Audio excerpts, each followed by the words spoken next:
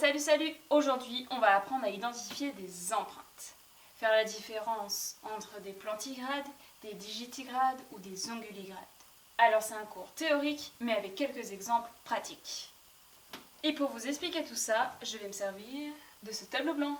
Ça va me permettre d'illustrer tous mes mots qu'on comprend beaucoup mieux avec des dessins qu'avec de longs discours.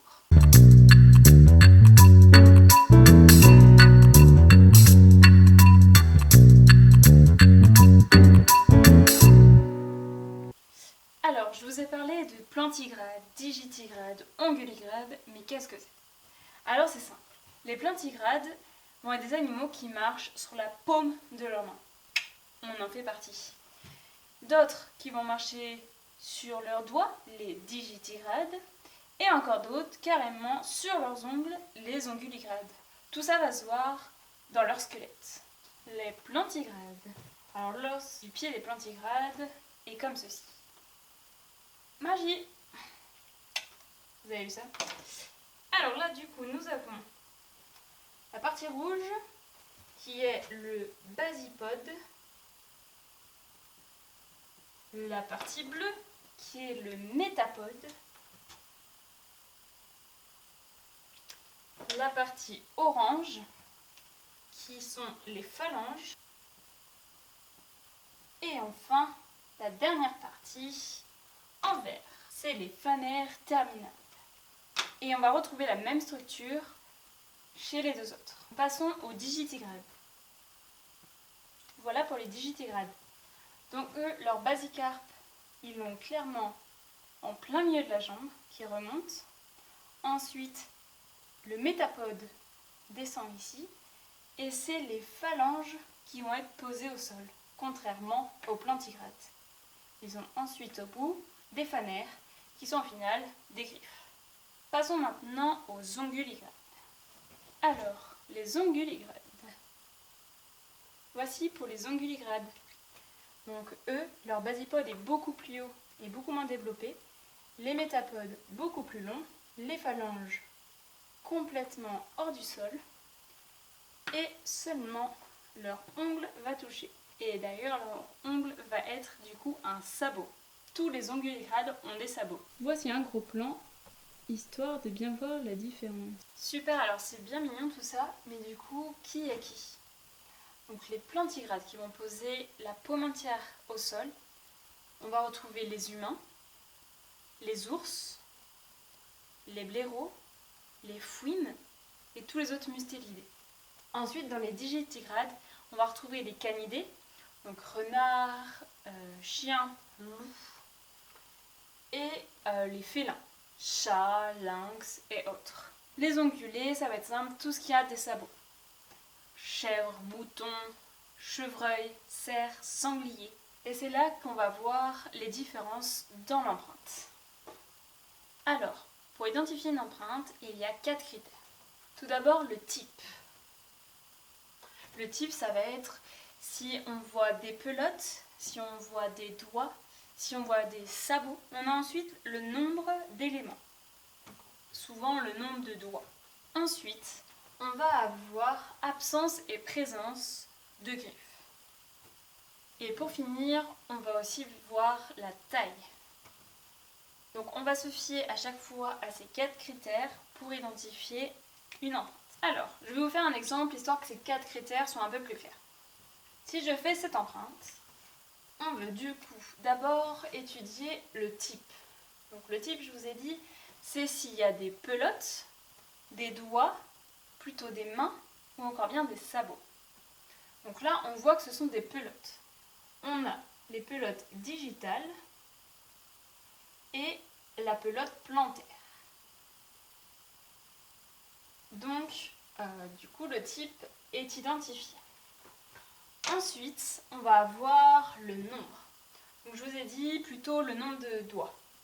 Donc là, pour le nombre de doigts, on en a du coup 1, 2, 3 et 4. Donc 4 doigts. Ensuite, absence ou présence de griffes. Donc ça va être le 3e critère. Et là, comme vous pouvez voir, il y a des griffes. Donc à partir de là, on va déjà savoir identifier que cela appartient à un canidé. Ensuite, pour avoir plus d'infos sur ce canidé, on va avoir besoin de la taille, le dernier critère.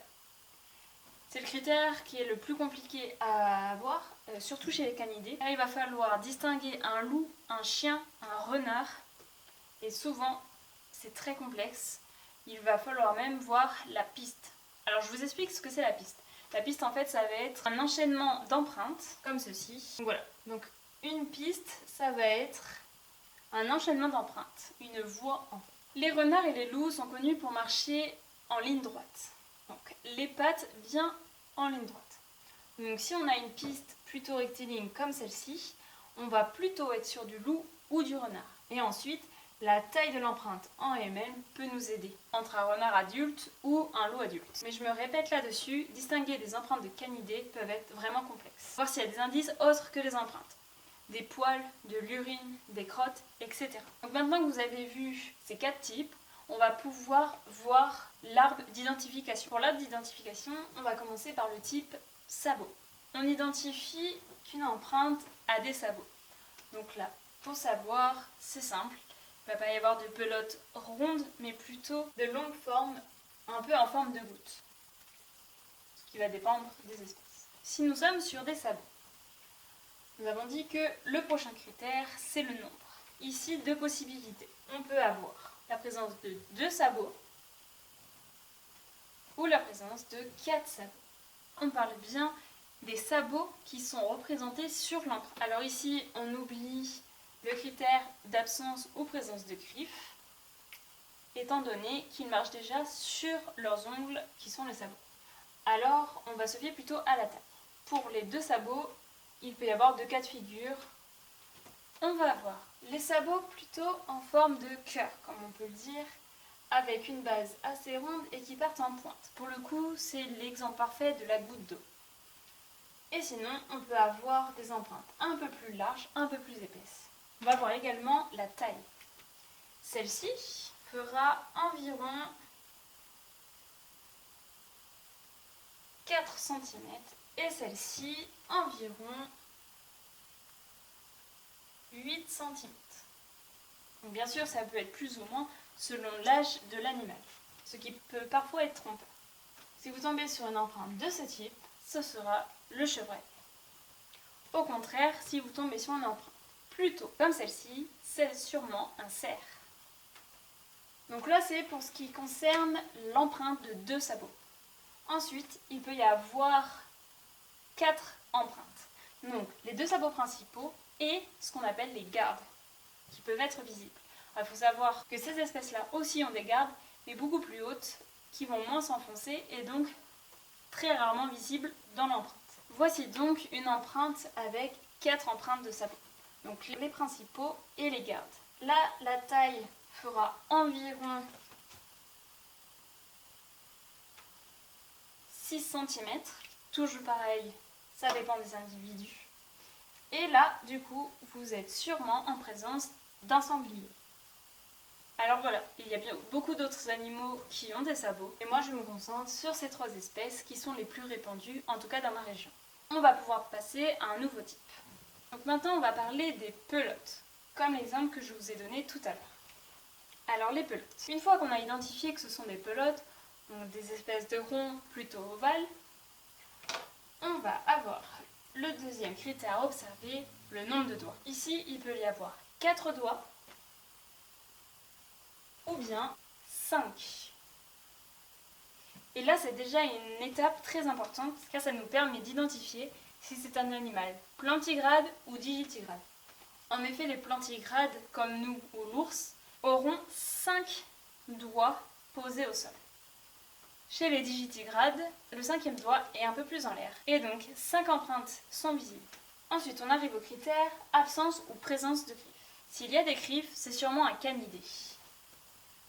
Étant donné que les canidés ne peuvent pas rentrer leurs griffes, elles sont constamment sorties. Et c'est là qu'on pourra voir que c'est un canidé. Contrairement aux félins, qui, même s'ils ont des griffes, ne sont pas visibles sur leur empreinte. Ils ont des griffes rétractiles qui rentrent à l'intérieur de la patte, ce qui permet d'être plus confortable lorsqu'ils marchent. C'est pour ça qu'on ne verra pas d'empreintes de griffes chez les félins. Alors attention, parfois chez les canidés, les empreintes ne sont pas assez marquées pour marquer les griffes. Donc il faut rester vigilant et toujours penser à l'environnement. Donc là, ça va être ce qu'il en est pour les digitigrades. On verra les plantigrades un peu plus tard. Alors, chez les canidés, on va avoir par exemple le renard ou le chien. J'exclus un peu le loup car il est vraiment très complexe à identifier. Donc là, on va être sur une empreinte de renard. L'espace entre les pelotes digitales va être assez espacé. Ensuite, il y a l'empreinte de chien. Voilà. Donc l'espace entre les pelotes digitales peut parfois être peu marqué selon les substrats. Comme je vous l'ai expliqué tout à l'heure, il va falloir alors regarder la piste. Les renards vont marcher surtout en ligne droite et les chiens sur 2 lignes plutôt parallèles. Les renards vont également avoir des empreintes un peu plus petites, environ 5 cm, et les chiens, c'est très varié selon la race de chien. Passons maintenant aux félins. Chez les félins, là ça va vraiment être la taille qui va nous permettre de différencier.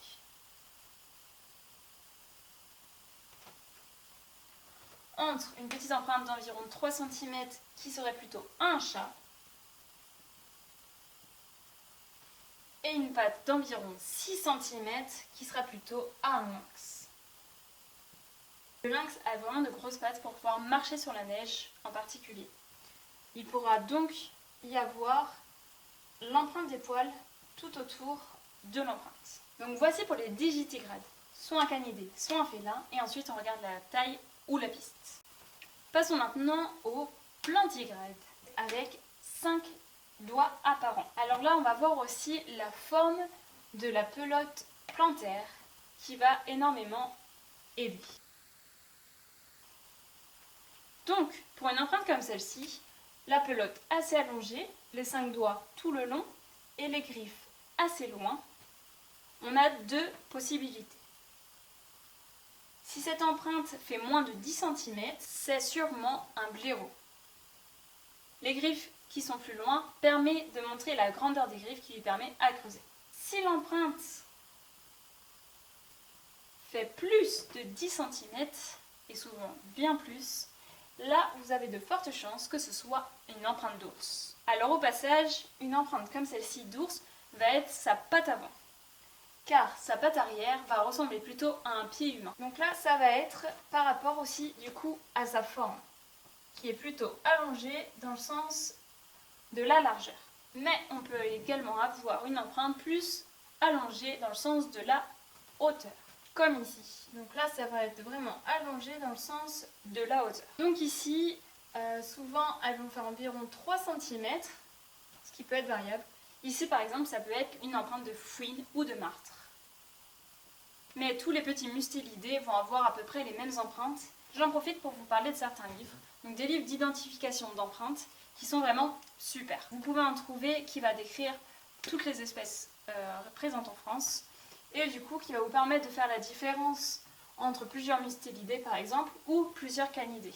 Car ce sont des différences souvent complexes qui seraient beaucoup trop longs à expliquer. Alors maintenant qu'on a vu les différences dans les empreintes à pelote, on va pouvoir passer au type suivant. Donc là on va passer à un type que je vais un peu moins développer, ça va être le type plutôt main. Au final ce sont des pelotes où chaque doigt va être bien distinct, comme une empreinte de notre main. Alors c'est pareil, j'ai utilisé ce terme, mais je ne sais pas exactement si c'est un terme scientifique, ne m'en voulez pas. Donc là on va voir aussi l'absence ou présence de palmure. Donc c'est quelque chose qu'on pourrait rajouter ici. Alors, donc avec ou sans palmure. Alors c'est pas l'empreinte que j'ai le mieux dessinée, on voit les pelotes, mais également l'empreinte des doigts. Donc s'il n'y a pas de palmure, ici, ça va plutôt être un raton laveur. Alors les ratons laveurs, il faut savoir qu'ils sont présents en France, mais en petite quantité, et ils ont été amenés de l'étranger, ce qui pose certains problèmes. Mais c'est possible de tomber sur des empreintes de ratons laveurs. Il y a une autre empreinte qui peut être beaucoup plus connue, et qui, elle, va avoir une palmure. On n'est toujours pas dans le meilleur des dessins. Donc là, une empreinte avec des doigts, mais palmés, ça va plutôt être un ragondin. Espèce qui au passage a aussi été introduite en France à l'époque pour sa fourrure et maintenant on s'en mord les doigts. Voici le petit résumé sur les mains. Il y a beaucoup d'animaux qui vont avoir des petites empreintes de main. Je pense aux hérissons, aux écureuils par exemple. Mais là ça va être vraiment très complexe de tomber sur une empreinte de ces types. Déjà elles sont toutes petites et ensuite il faut que l'animal ait marché sur une surface parfaitement lisse. Donc on va pouvoir passer au quatrième type. Notre quatrième et dernier type va être ce que j'appelle les doigts. Alors comment ça des doigts? En fait ça va être les empreintes d'oiseaux.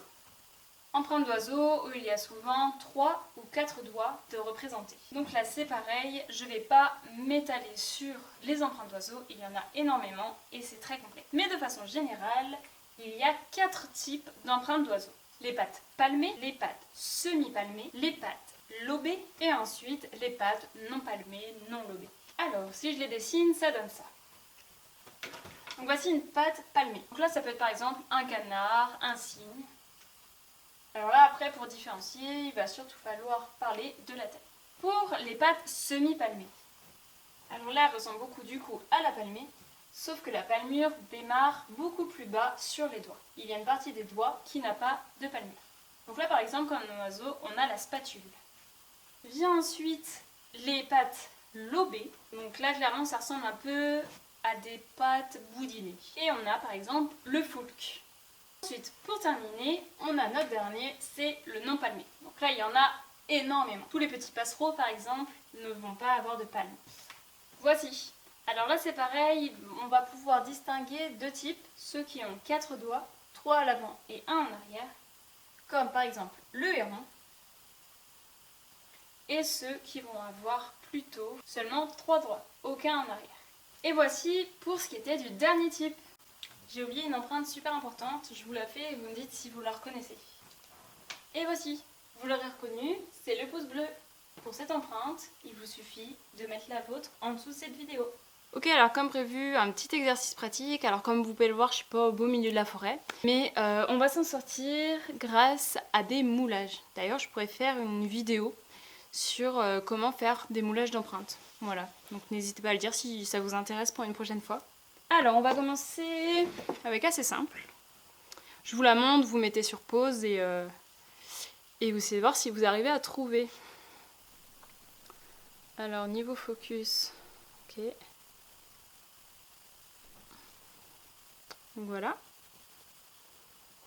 Donc là, du coup, on va avoir le type sabot, comme vous pouvez le voir. On en a seulement 2, aucune garde ici. Et là, vu la taille et la forme, on va être sur du chevreuil. Voilà, donc un moulage de chevreuil. Ensuite, on est sur quelque chose d'un peu plus gros. Voilà. Alors c'est pareil, je vous laisse réfléchir. Et alors là, du coup, on va être encore sur des sabots. On en a 2 principaux ici et ici 2 petits. Voilà. Ça, c'est les gardes. Donc là, une taille assez grande. On va être du coup sur une empreinte de sanglier. Un sanglier assez grand. Alors là, on va passer à une autre empreinte. Alors la voici. Voilà. Donc là, on est sur un type pelote. Il y en a 4. On peut observer des griffes.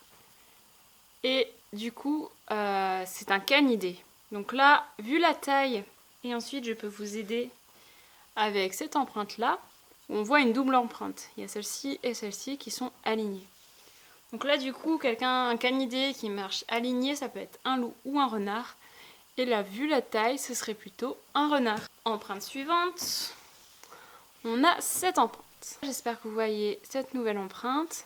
Donc là, on a 1, 2, 3, 4, 5 pelotes digitales et une pelote plantaire très longue.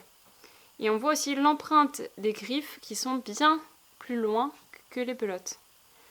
Donc là, du coup, nous sommes sur une petite taille, donc du coup sur un blaireau. Et la dernière, et pas des moindres, celle-ci.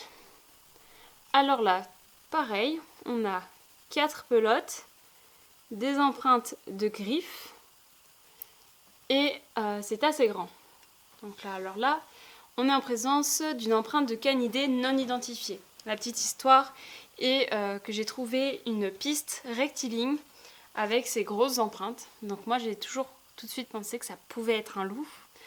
Et donc c'est mon premier moulage, voilà, donc ça a été pour immortaliser cette empreinte et pouvoir demander identification. Malheureusement, l'identification reste incertaine, parce que du coup j'avais juste une piste et donc quelques empreintes.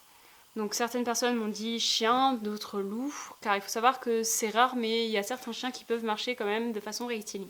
Pour la présence de loup, il faut essayer d'avoir plus, il faut essayer d'avoir des crottes, de l'urine, des poils, pour identifier tout ça. Mais c'est pas grave, je garde quand même un bon souvenir de ce moment. Alors j'ai pas d'empreinte d'oiseau, mais vous pouvez aller voir tout ce qu'il existe. J'espère que ça vous a plu, en tout cas. N'hésitez pas à me le montrer, m'apporter des connaissances supplémentaires. Donc pour tout le monde, ça peut être très utile dans les commentaires. N'hésitez pas, si jamais je me suis trompée sur quelque chose, ou de détailler plus si vous y connaissez, je sais pas, chez les mustelidés, chez d'autres oiseaux, n'hésitez pas à amener votre science dans les commentaires. Et également vos critiques constructives, s'il vous plaît.